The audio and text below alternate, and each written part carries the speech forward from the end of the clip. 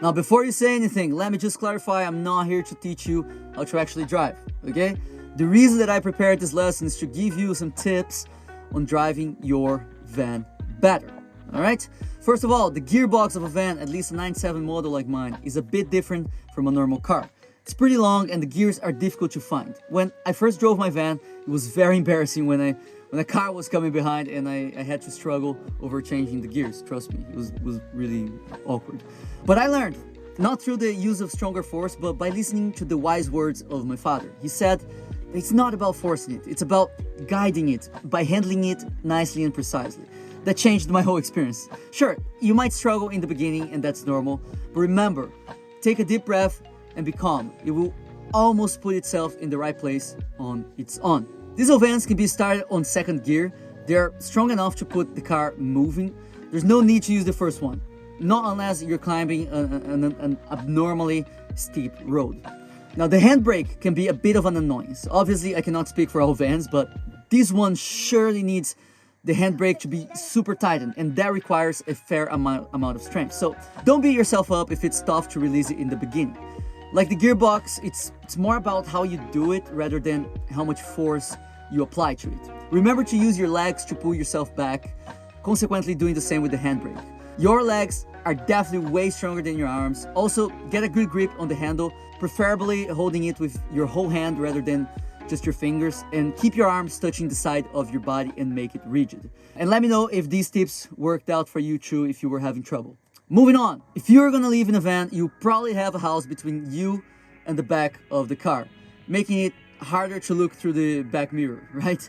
Now, I've had curtains on my back windows for several months now and I've never actually opened them. It's just too difficult for me to always remember to do that when moving somewhere else. Too much ADHD. So I had to learn how to drive with only the side mirrors, and let me tell you, after a week, I didn't even miss the back mirror anymore. It's really not that difficult. Of course, you can choose to always have the curtains open for driving, but learning this skill will help you in those days when you forget to do just that. Now, the car's main screen, let's talk about that. There are 4 main things that you should check in it. Number 1, speedometer.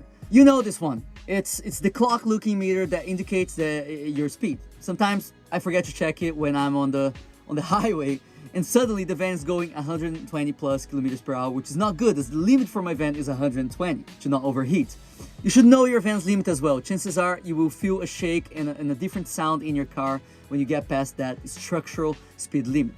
For my van, I realized that the optimal speed for each gear, and by that I mean the one that overheats the car the least, are 20k for second gear, 35k for third gear, 55 for fourth, and 85 for fifth gear. Of course, if your van's radiator is perfectly functional, then you shouldn't overheat easily. But it's always good to know the best speeds to lay on if you need. Number 2, fuel level. This is the simplest one. If the level is high, you have a lot of fuel. If it's not, it's getting empty.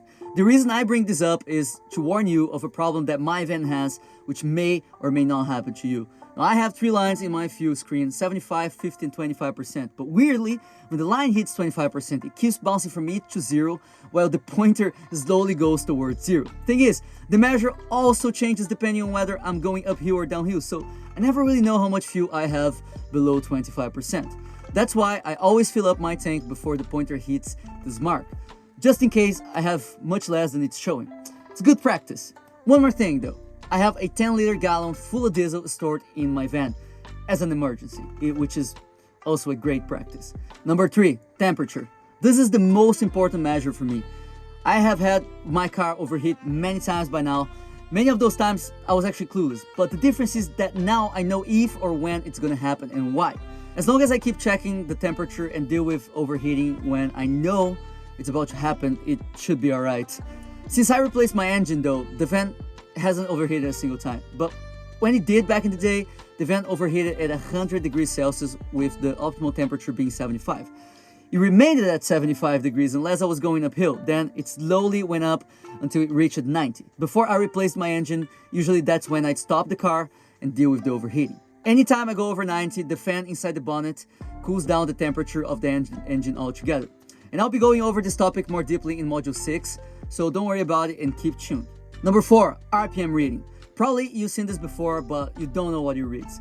It's a measurement of the speed that the engine is rotating. Usually a small RPM or rotations per minute is good because it consumes less fuel over time. At the same time, a smaller RPM means you're going slower than you could in that specific gear, so you are driving a smaller distance over time.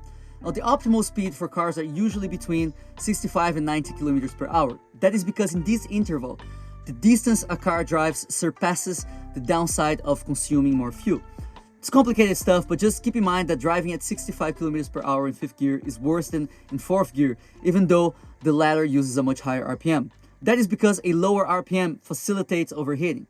Especially recommended to keep a higher RPM when temperature is increasing, as the fan inside the bonnet reduces the engine's temperature with the same rotation speed as the engine. Meaning the higher the rotation speed, the more powerful the fan is going to be in reducing the engine's temperature. Now, some of these tips I'm giving you work all the time and some only sometimes, like the one to increase the RPM to reduce the engine's temperature is a technique that I used to cross the Alps 2 years ago. But the power of the fan became weaker every single time that I used it again. In the end, it didn't work anymore. Luckily, we were already at the top. Now, for a while after that, the fan stopped working completely. So I had to figure out another way to get around this issue.